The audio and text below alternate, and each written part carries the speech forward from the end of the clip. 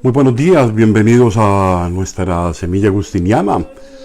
Deseamos para ustedes y para sus familias la bendición del Señor y como siempre haciendo este itinerario interior de cultivar allí en el lugar donde Dios escucha y donde Dios nos habla en lo profundo del corazón, siempre una semilla que pretende que haga surgir raíces de fortaleza, de amor, que eche fuera el temor y tantos pánicos que hoy desbordan nuestra vida. A veces estamos supremamente nerviosos y angustiados y a veces tantos medios de comunicación y tantas informaciones, a veces desaforadas y sostenidas por el miedo, llegan a nosotros y nos quitan la paz y la tranquilidad.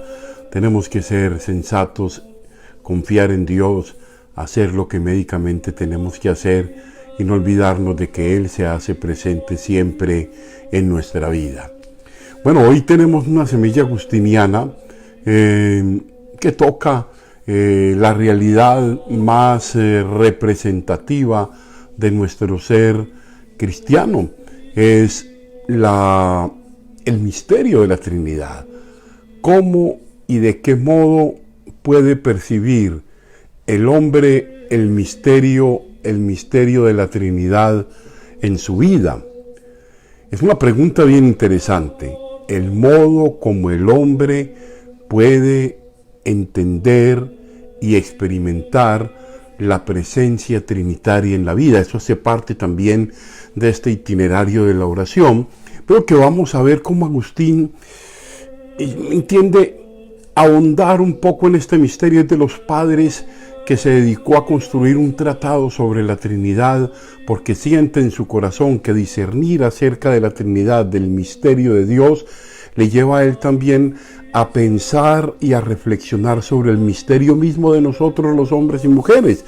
Entonces vamos a escuchar este texto de la Trinidad del día de hoy, vamos a hacer ese comentario patrológico, ese comentario bíblico existencial y vamos a dejar pues las mejores lecciones para el transcurrir de nuestra vida y para nuestro propio alimento interior. Bueno, el texto es el siguiente, es el de Trinidad, libro 14, 12, 15, ¿no?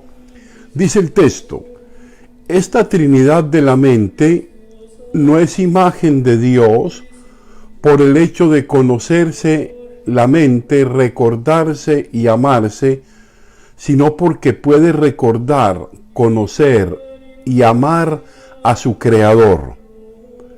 Si esto hace, vive en ella la sabiduría. De lo contrario, aunque se recuerde a sí misma, se comprenda y se ame, es una ignorante. Acuérdese pues de su Dios, a cuya imagen ha sido creado. Conózcalo y ámele. Este es el texto de Agustín, es un texto precioso que seguramente va a dejarnos bastante enseñanza el día de hoy. Bueno, vamos a comenzar entonces este recorrido de la interpretación y de los comentarios.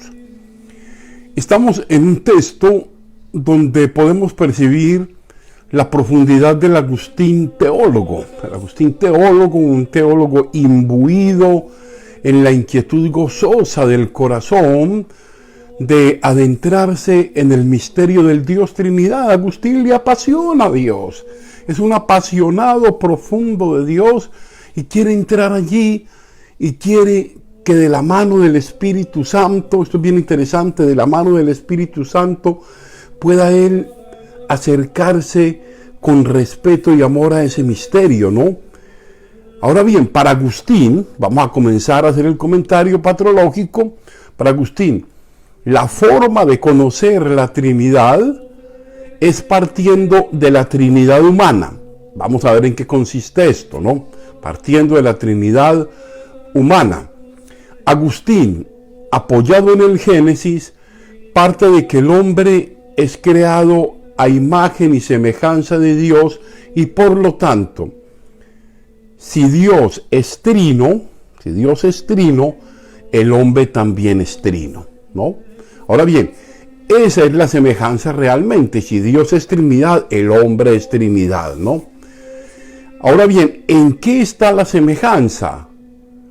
En que el hombre descubre que su capacidad y su dimensión espiritual, abrazante, abrazadora de todo su ser, es tres cosas. Es memoria, entendimiento y voluntad. Ojo a esos tres conceptos: memoria, entendimiento y voluntad. Memoria es el Padre, no olvidemos esto, memoria es el Padre, entendimiento es el Hijo y voluntad es el Espíritu Santo. Ahora bien, el hombre descubre que él, su alma, es memoria porque recuerda. Bien interesante. Entendimiento porque se conoce y porque entiende. Y voluntad porque ama. Entonces, memoria, entendimiento y voluntad, ¿no? Pero no basta que se reconozca a sí mismo como ello, es decir, que tiene unidad, que es la memoria que entiende y que ama, sino que enlace y reconozca eso como imagen de la divinidad, que reconozca que todo eso que hay en él es la presencia de Dios en él, es la presencia de Dios en él.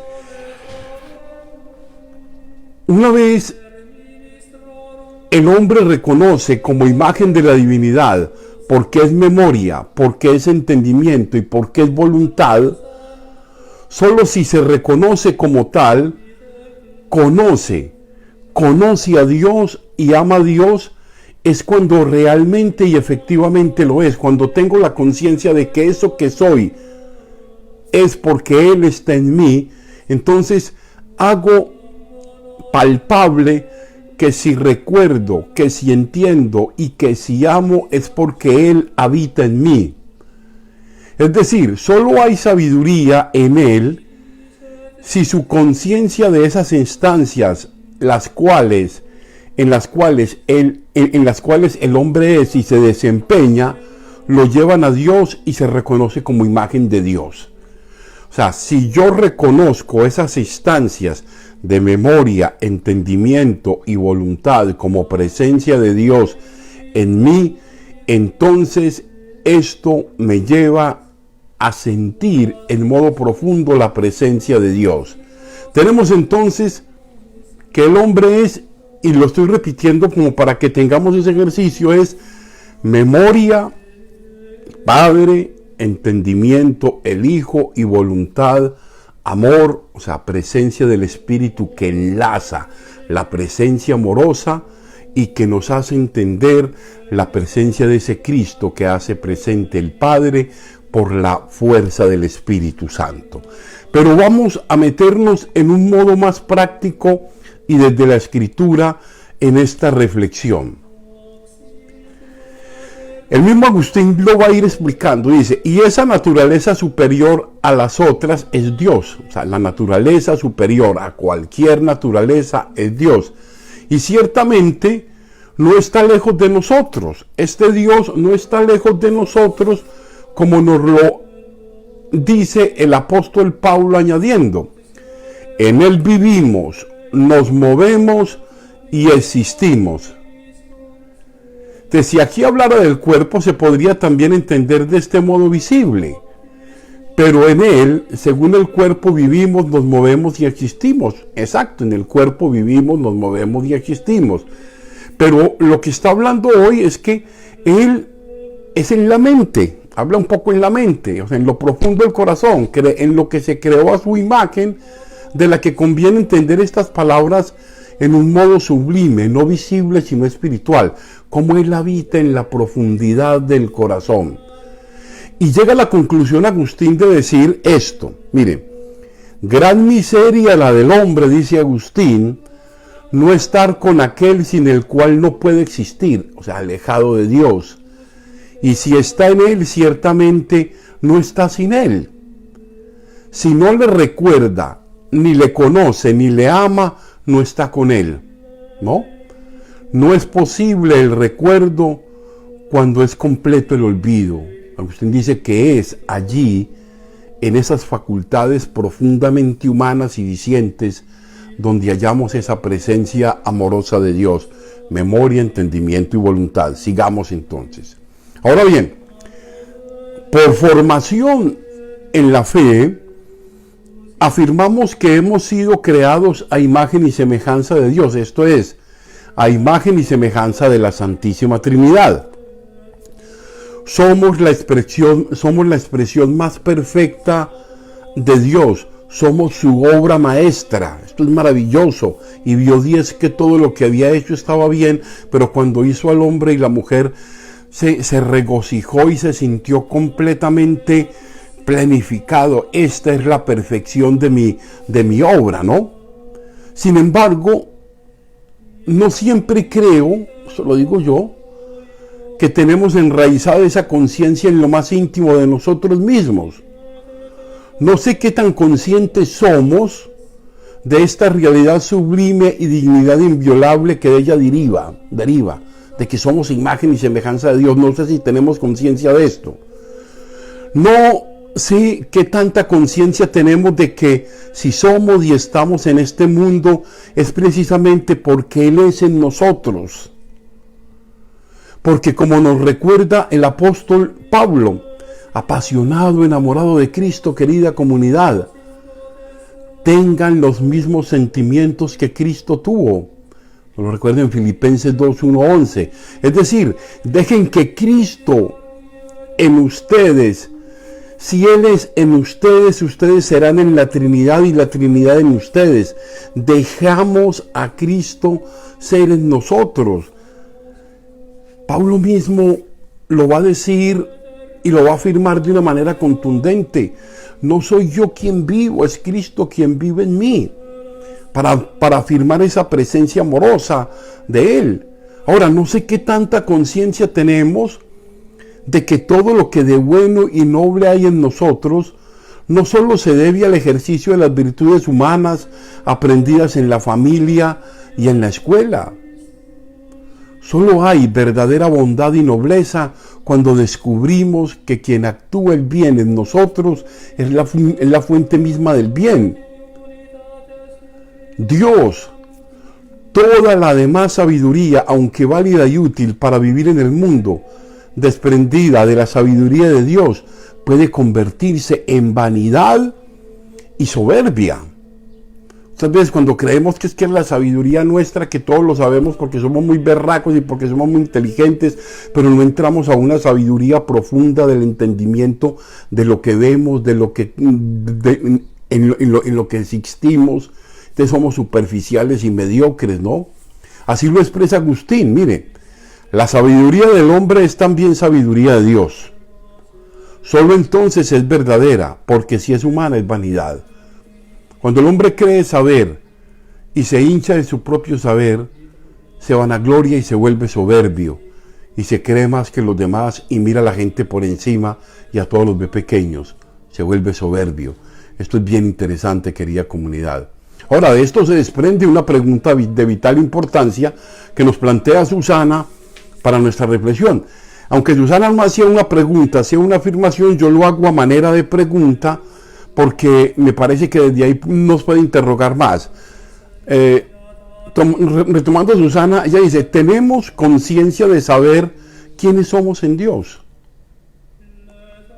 No lo somos porque yo lo reconozca, crea y diga, por mi propia búsqueda de respuesta, sino porque Él es simplemente en mí. En la medida que soy consciente que Él está en mí, todo lo que pueda decir, hacer y pensar va a tener fuerza y va a ser profundo y sublime. Entonces Susana remitía a un texto que yo les invito a que lo revisen ustedes, bien interesante, un texto de la segunda de Reyes, el capítulo 7, la historia de los 4 leprosos, que dijeron que en Asiria estaban dando alimentos muy económicos y al final, después de un momento de escasez y de gran crisis, ellos van y tienen en la memoria la palabra de ese profeta, la palabra de Dios que habla en su corazón y les dice que si hay una promesa en el profeta es una promesa de Dios. Entonces recuerdan la voz de Dios en ellos y se van allá, y además tienen un efecto especial, porque van tantos que los asirios comienzan a huir pensando que había llegado un ejército a atacarlos, mientras que ellos iban por otra cosa. O sea, cómo Dios en nosotros actúa con fuerza y con poder, ¿no? Entonces esto es bien interesante. Ahora, la verdad es que solo en Él podremos hallar el valor más pleno y veraz de lo que somos, pensamos, decimos y sentimos. Solo desde Él adquirirá plenitud, validez y fortaleza lo que pensamos, decimos y hacemos si lo tenemos a Él como fuente primera. Sigamos con los ejemplos bíblicos que nos siguen iluminando. Miren, San Pablo nos va a recordar: todo lo puedo en aquel que me conforta. Filipenses 4:13. En otro lugar, hablando de la presencia de Cristo en él, nos dice: no soy yo quien vive, sino Cristo quien vive en mí. Lo recordamos hace un momento. Ahora bien, y si Cristo vive en mí, todo lo que puedo pensar, decir y hacer no puede ser sino portador de buenos frutos. Esto es bien interesante. Esto es bien interesante. Si Él es en mí, nada puede haber en mí que pueda someterme, atarme y convertirme en esclavo cuando Él es en mí. Porque Él en mí puede transformarlo todo, Él en mí puede limpiarlo todo, Él en mí puede construirlo todo, ¿no? Es bien interesante. Entonces, la presencia de Cristo en mí, nos lo dice el mismo Jesús, verdadero Dios y verdadero hombre, es la presencia amorosa de la Santísima Trinidad. Miren, si alguno me ama, guardará mi palabra, y mi Padre le amará, y vendremos a Él, y haremos morada en Él. La expresión más grande en este aspecto de habitar el Padre, el Hijo y el Espíritu en nosotros, es la Eucaristía. La Eucaristía es el amor del Padre en la comunión del Hijo y en la fuerza del Espíritu Santo, en ese pan y vino convertido en su cuerpo y en su sangre, es alimento que nos fortalece, es alimento que nos da inteligencia espiritual para vivir en este caminar de la vida. El mismo apóstol Juan, con esto vamos terminando, nos va a confirmar esta certeza de la presencia de Cristo en nosotros. Frente a la petición, recordemos, frente a la petición de Felipe, hey, muéstranos al Padre, Jesús le responde: tanto tiempo conmigo y no sabes que quien me ve a mí ve al Padre. ¿No crees que yo estoy en el Padre y el Padre en mí? Las palabras que yo les he dicho, dice él, no las hablo por mi propia cuenta, sino el Padre que mora en mí es el que hace las obras. Y ustedes van a hacer obras mayores, porque si confían en mí, si adentran en mí, no solamente van a estar en mí, sino en el Padre que habita en mí y en el Espíritu, que es la fuerza que nos hace presentes en el corazón, en lo profundo, en la intimidad del corazón. Por eso, querida comunidad, cuando somos conscientes que somos creados a esa imagen y semejanza de Dios, en nosotros hay esas facultades especialísimas que pueden ser conducidas hacia los malos proyectos, hacia la construcción de caminos equivocados, memoria, entendimiento y voluntad, pero también puede ser enriquecida desde la fe, enriquecida desde la presencia de Cristo, una memoria de ser el Padre nuestro y el Padre de todos, una memoria que es el entendimiento, la presencia de Cristo que viene a mí para sanar, liberar y convertir, y una presencia del Espíritu que hace realidad esa verdad en lo profundo de cada uno de nuestros corazones. Por eso pidámosle pues hoy a Dios que haga en nosotros morada su Santísima Trinidad y que en ella tengamos frutos en abundancia. Bueno, saludo a todas las personas que nos acompañan, a la emisora Mariana, María de la Rosa, a David Pina, a Andrea Chis de Mondragón, a todas las personas, a Carmencita, a todos los que hacen parte ya un poco de este caminar agustiniano de todos los días. Pidámosle entonces hoy al Señor. Nos vemos a las 3 de la tarde hora de Filadelfia, 2 de la tarde hora de Colombia en la Santa Eucaristía. Los encomiendo siempre pido por todas nuestras comunidades, por todas las personas que se encomiendan a nuestras oraciones. Así que ánimo, no perdamos la paciencia, no nos dejemos llenar de pánico. Esta situación del COVID-19 es algo complicado, pero miren, Poco a poco el mundo va tomando conciencia de esta situación. Hay unos cuidados básicos que se tienen que tener. Esto no va a ser el acabose del mundo. Esto es una situación que nos está dejando muchas enseñanzas. Cuidado, responsabilidad, atención, pero no pánico, no angustia. Esto debilita las defensas. Protejámonos, unámonos en Dios, sigamos nuestra vida con todas las prevenciones y protocolos que nos dan. Y nada, si Cristo está conmigo, entonces yo sé que soy fuerte para vivir cualquier escenario y hacerlo con la responsabilidad que se me indica. Yo los bendigo a ustedes y sus familias en el nombre del Padre, del Hijo y del Espíritu Santo. Amén.